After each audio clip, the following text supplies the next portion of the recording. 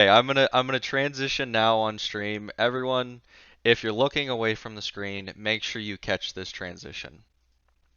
Oh, gentlemen, welcome to the stream. So happy to have you. Matt, so happy to have you dressed up. Be the uh, champion you want to see in the world. I love this. Okay, so Bez, this segment is titled Win Course because that's everyone's favorite message in Discord right after Win PFP, and that's far along. To begin this segment, can you kind of introduce yourself for anyone who might be joining Lynx or not know kind of where you're at in this, where you're at in the country, what work you've been doing over the last year, and kind of what learnings and amazing progress you've made with Lynx over the last year. Sure. My name is Adam Besvinick. I'm Bez in the server. One of the co-founders of LinksDAO. I've been involved with the project since basically day one, alongside Mike and Jim and a handful of other people, and um, started off with a lot of work around partnerships and just handling the massive amount of inbound interest we received. You know, basically a year ago to the day after the public mint, fielding requests from media and press and brands and all sorts of people in the golf industry who are trying to learn more about what we're up to. And that drove us to start a bunch of relationships with brand partners who have now been some of the founding, let's say, sort of launch partners within the Pro Shop and Clubhouse, which um, Nick Walker has executed on flawlessly over the last handful of months, um, leading partnerships kind of full time for us. And then alongside handling sort of all of that inbound and doing some outbound, started building relationships on the course acquisition front. And so that entailed a lot of work with golf course architects and designers, mostly our own cold outbound to people who we hoped would take our calls. And fortunately, lots of really well known and prominent people in the industry did. And then also led us to build a relationship with the team over at Endeavor, with Jay Danzy, and Jordan Lewis, who work with Jordan Spieth and Patrick Cantlay. And so those guys have been quite valuable in putting us in touch with a handful of other architects and designers that they have great relationships with, in addition to opening up tons of doors for us with the USGA and the R&A and the PGA Tour and a bunch of other brand partners. Um, but now, sort of, I would say my time is, as it relates to Lynx, is split kind of 50-50, or maybe probably more like 70-30 at this point. Course, all things course related. That's sourcing a course, that's visiting sites, that's talking to architects and designers. And the other sort of 30% my time sort of on the some partnership stuff that's driven based off of a relationship that we have with Jay and Jordan. And so have um, helped on that side as well. Awesome. Thank you very much for that insight. And kind of before we hop into that 70-30 split and all the work you're doing right now and all the progress you're making, want to throw out the same quick hitters we've been giving to everybody earlier in the stream. So for 2022, what was your favorite Lynx memory? Favorite Links memory, I would say meeting a lot of people for the first time in Austin. Um, I had met Mike. I've known Mike for over a decade. I had met Jim through Mike as part of this sort of founding process. I had met Coop um, in New York maybe a couple months before, um, but I don't think that I had really met almost anybody else that was involved, whether on a like team capacity or obviously or from a membership capacity. So that was awesome to finally put sort of faces to names and hang out in person in Austin for 3 days. So I'd say that was the top moment by far. Love it. Yeah, Mr. Senor Hill said earlier that moment was kind of when Lynx became real to him, was every PFP and avatar became a real person and you got to spend some great quality time together. Yeah, Senor was definitely one of those people that I had not met in person yet, and I was like, oh, all right, this is who this guy is. Okay. I love it. So, moving on, what was the maybe the biggest challenge or obstacle of 2022 as it related to Lynx and learning a new skill set and everything that we accomplished over the last year? I mean, I think we just went from golf industry outsiders to golf industry insiders probably a lot more quickly than we had anticipated, and that's a sort of testament to the the industry itself and how much people are willing to pay it forward and make intros, and made intros frankly without even clearing some of those intros. Like, I was given Bill Core's cell phone number, and someone was like, just text Bill and tell him who you are and how you got this number. And I was like, I don't think that that's going to be cool with Bill. And it was. And he replied, and he continues to respond to texts and calls, and is a great sort of advocate for what we're doing. So I think that was sort of the biggest challenge early on was sort of how do we navigate this brand new industry that none of us are insiders. We're all sort of, we all know what it takes. We all know what a great golf experience is like because a lot of us have been fortunate to have them as consumers and players, but we don't really know much about what it takes to go into building that. And that was certainly the case a year ago. And now we have a much better sense for what goes into that. But I think that was the biggest sort of challenge was that, extremely steep learning curve from, I would say, basically through South by. The first 3 months going from 0 to 100. And Yeah. do you think being so mission aligned or mission driven in the very beginning allowed everyone to connect with Lynx much more easily, and that's why it made the conversations more accessible? Yeah, I mean, I think people appreciate the fact that the game of golf is changing a lot. And so from a consumer, I mean, PJ Tour and Live aside, I'm talking about sort of like recreational sort of consumer play. Mm-hmm. It's changing a lot in terms of, people who are the way that I describe it is people that grew up watching Tiger now have discretionary income and are now deciding how they spend those dollars when it relates to golf. Right. These are the 30 to 45-year-olds, who and younger, but certainly it's sort of like I'll call like the mid to older millennial sort of bucket who now actually has, they've got families and they're kind of settling down maybe, and they're trying to figure out, all right, how do I spend my golf related dollars now? Mm-hmm. And that's very much up for grabs. And I think every brand that we spoke to, whether it's equipment partner, whether it's apparel partner, et cetera, even courses and clubs, know that that's changing dramatically right now. People want a different type of golf experience.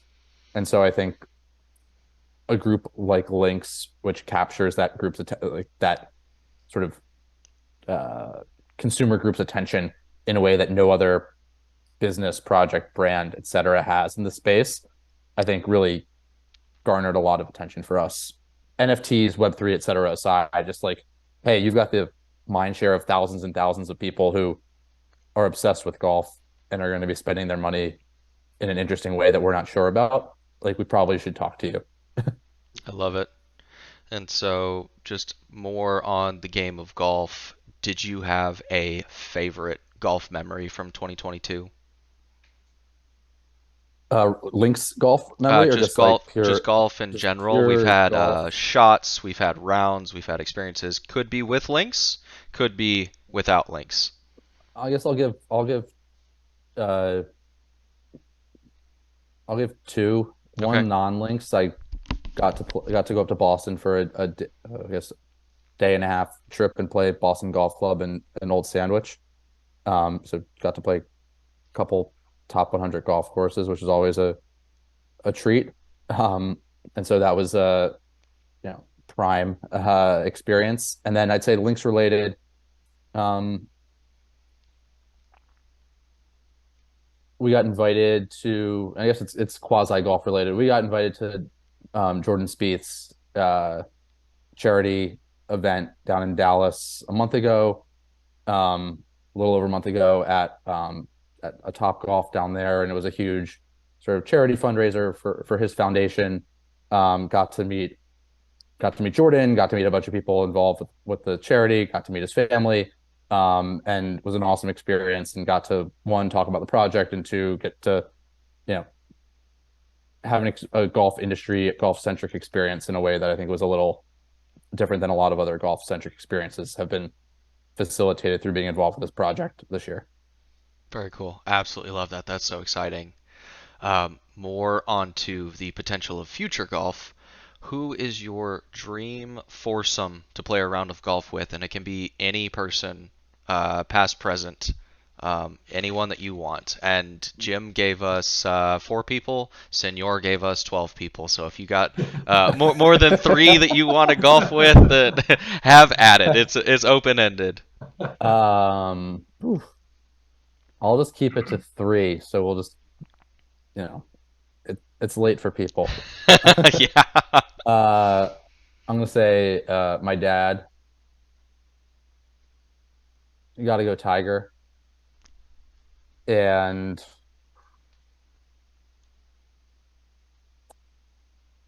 oh man,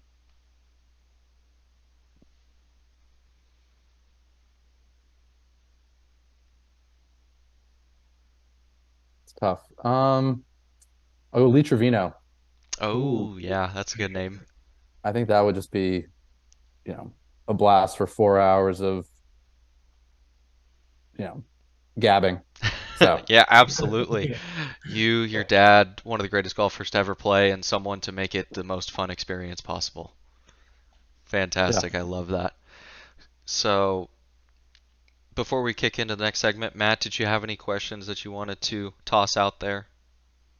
No, I mean, I'm most curious. I think like a lot of folks in the audience are for like the latest updates on when course. But I was actually curious, Adam, when did you start playing golf? Like, when did you first pick up a club, and how that progressed? Did you have any breaks in between, or like what was your what's your golf arc been like? first time was probably like 9 or 10, and then I didn't take golf. I mean, I still don't take golf very seriously, but like, um, I I played a lot of junior tennis growing up, so like summers were tennis focused. I didn't really play much golf, and then it wasn't until like maybe the summer before college that I started playing a lot more golf, and then during college and after, um, when I stopped, having to play 20 junior tennis tournaments a year. Yeah, Um, I'd say 18 onwards, 19 onwards, golf has definitely become an obsession that it wasn't when I was like a young kid. I mean, I watched golf obsessively. I remember watching Tiger win like the third USAM. I guess 96. So I was like 9. Um, but I wasn't like obsessed with playing golf the way that I, you know, have become. My wife that's sitting cool. right next to me is probably like, yeah. No, that's it. It's a long arc with a little break in between, but that's pretty Yep. cool. Yeah, I'm always curious when people pick the game up. We had some folks in the chat earlier that just started playing this year, like Skef, just started playing a few months ago, like Sol Goddess.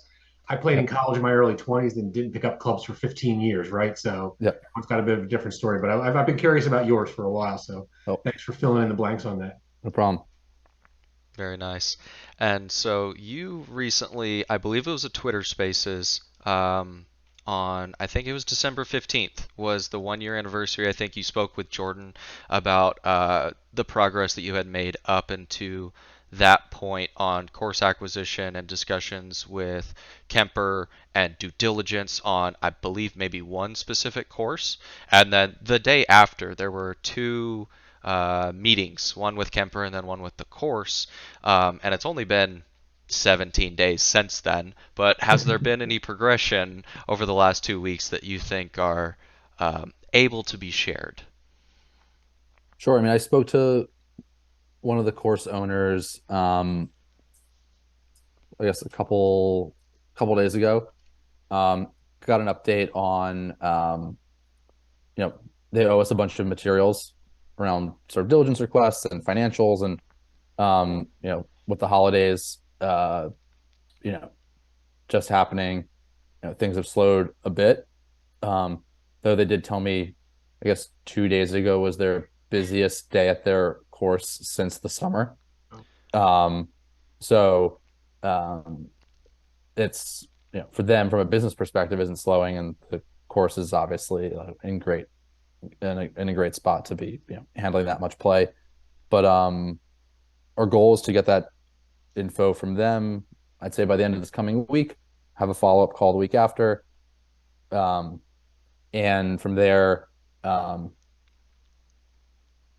we should be in a spot to, hopefully move forward with any outstanding questions like mid Jan. We have a call with Kemper on this Friday as an update. Just not just for this one course, but all of the stuff that's in the funnel and that we're looking at. But And yeah. so logistically, we're going to use the course that you spoke about as an example. The course provides all of the materials and diligence that we request from them. You and Kemper as a team would then review the diligence materials, and if it fits all of the Lynx criteria and kind of has all of the spirit and soul of the vote that we had a little while ago, from that point, is it just as simple as making an offer on the course, ensuring that we have the proper financing set up, and then they accept the offer, and then we're off to the races of closing the deal? Or is there further steps after, hey, I think this is the one? I mean, we wouldn't have even, so Chris, Bruce, and I flew down there December 5th, played the course, toured it, the site, met with the owners, etc. Really spent the day there. We wouldn't have done that if it hadn't already sort of checked, or we thought it checked all the boxes that aligned with that snapshot vote. So we're not, flying on planes and spending the day and frankly spending money to do that if it doesn't align with what the snapshot vote was in the first place. So we try and do as much work, and I'll call it diligence, but as much research and as much, get as much information as we can, through phone calls, emails, our own research before we get on a plane to go fly somewhere and tour the site. So it checked all those boxes. Then we went there. It sort of, our suspicions were confirmed that this course is pretty interesting. What we thought it was, it was what we thought it was, to borrow sort of the Denny Green line. Like, and so once that sort of hurdle was cleared, all right, now let's get a bunch of information that we can't get on our own without visiting and without Googling and without our own research. So that's the financial information related to the property, number of rounds that they have annually, CapEx improvements they've made, their maintenance budget looks like, sort of the full sort of like, historical, P&L of the site. How many members do they have? This is a semi-private course, so they have some people that pay an annual fee that are considered members. So like, how many members do they have? All these things that would go into our financial analysis and Kemper's financial analysis of like how sustainable the course is, and what a value, what a reasonable value would be for the course. And so that it's, financially viable, that if we were to purchase it, we're not sort of walking into this money pit that's, got no members and is, been losing, $1 million a year, $2 million a year for the last 3 years. And now we're just like stuck with this, sinkhole. And so these are all of the things that would be involved. And those are all like the business diligence. There's still some course diligence that needs to take place. So like, we would probably send someone from Kemper to look at all of their equipment. We would send an agronomist there, either Kemper's or a third party one, both, to do some evaluation of the property, and check for any sort of like, disease and all sorts of things that could be in parts of the grass or greens or, et cetera. And so these are all, I would say they're not confirmatory, but they're also not, they would be in conjunction with us coming to them with an offer, put it that way. Um, and that's where things are more interesting with this property, which that offer could take the form of a few different flavors. Um, a full buyout, a partial buyout, all sorts of stuff that we're like kind of kicking around with this potential site. Um, so that's sort of I would say the sequencing is like get the data from them in the next week or so, review it, come back to them with a very firm, like or firm-ish like offer around what Mhm. that looks like with a value ascribed to the property. If they accept it, then we would then start going into like a closed state of diligence where like no one else they can't shop this around, they can't like let anyone else come in and give an offer. And that's when we would probably, from a sequencing perspective, look to potentially have a couple architects fly in, tour the site with us, um, have the agronomist come, have someone else from Kemper come, and then potentially also have some of those visits with members coming to play, um, sort of towards the tail end of that closed diligence phase when we feel very good about the offer, feel very good about the quality of the property, checked all those boxes.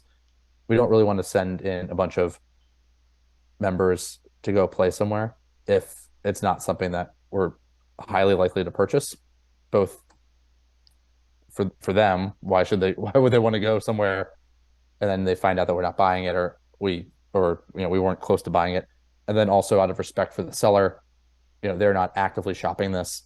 So the idea that, I don't know, three foursomes or four foursomes of random people land on their course to go play with the idea that they're selling it and doesn't sell, like, just doesn't really, you know probably doesn't really sit right with me, and I don't think the seller would appreciate it either. So we're super sensitive um to them. So that's kind of the sequencing, and it could accelerate quite quickly, just based on the fact that you know there really isn't a lot of information to evaluate at this point. So Gotcha. And I think that's completely reasonable that we do diligence and move through this acquisition process in the most respectful manner that we can because, like you mentioned, the course technically isn't publicly for sale. So ensuring that both parties are happy during the transaction and the exchange. And like you said, if there's a full buyout or partial buyout or owner financing, we need to make sure that these relationships are curated and kept nice and neat.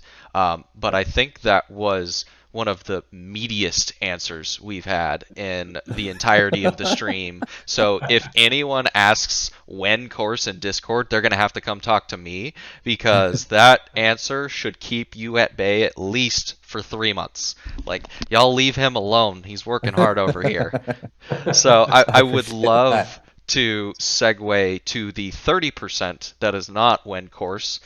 Um, Nick Walker has teased a little bit of alpha in chats about partnerships and the future growth of Lynx as a brand.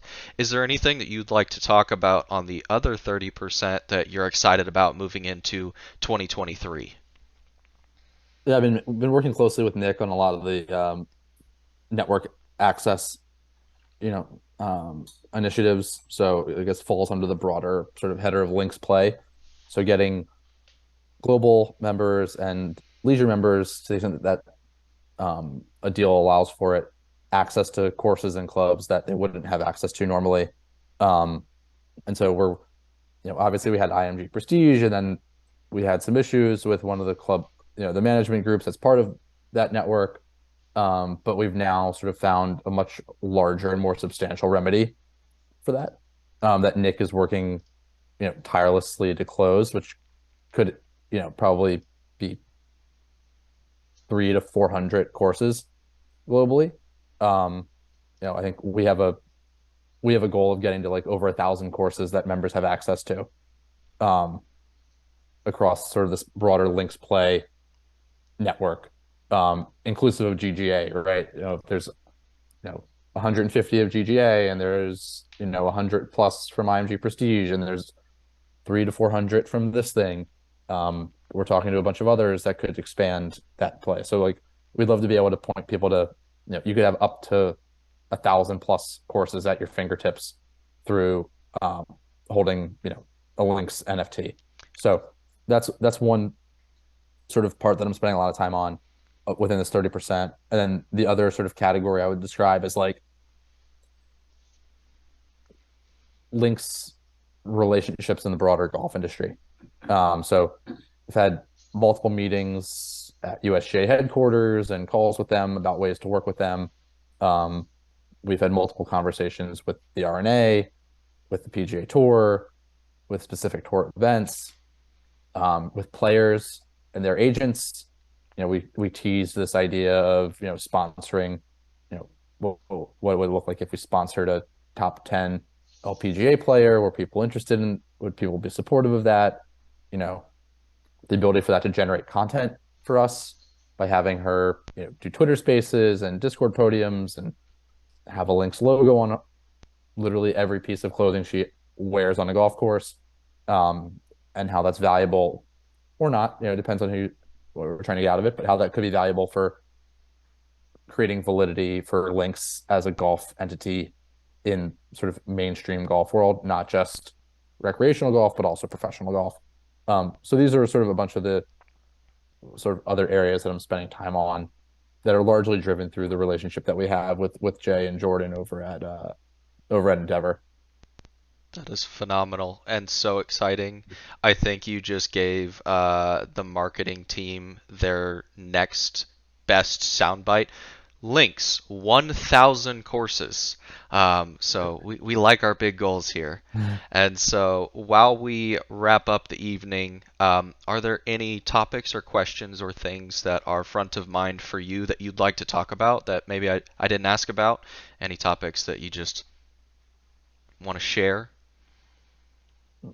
Um, no, I mean, I think what I'm most excited about is I think the idea of that preview play element, getting members on a course even before I mean, obviously, preview play of a course that we're actually an owner of, that would be fantastic too. But the idea that we could have, 12, 16, 20 people who are Lynx holders, fly to this course and play it and provide feedback and be part of the diligence process. And I think that to me is one of the coolest parts of what we're doing. Um, and um, I think the ability to allow members to be involved in that is something that I don't think we even came close to anticipating, a year ago, frankly, maybe even like 6 months ago. So I'd love to have, hopefully, you know, knocking vigorously on wood, hopefully this process continues to go as smoothly as it has with this one site. I think it would be a phenomenal location for us for a whole bunch of reasons, mostly aligned with the snapshot vote. And I think it'd be awesome to get people down there, you know, the back, sort of middle to end of Q1 playing this course, because that would be an ideal time to be there, and two, just I think a surreal experience for people to be part of a decision making and purchase process. So That, like you just said, that would be surreal. That would be so amazing. Well, Bez, thank you so much for your time today. We really appreciate it.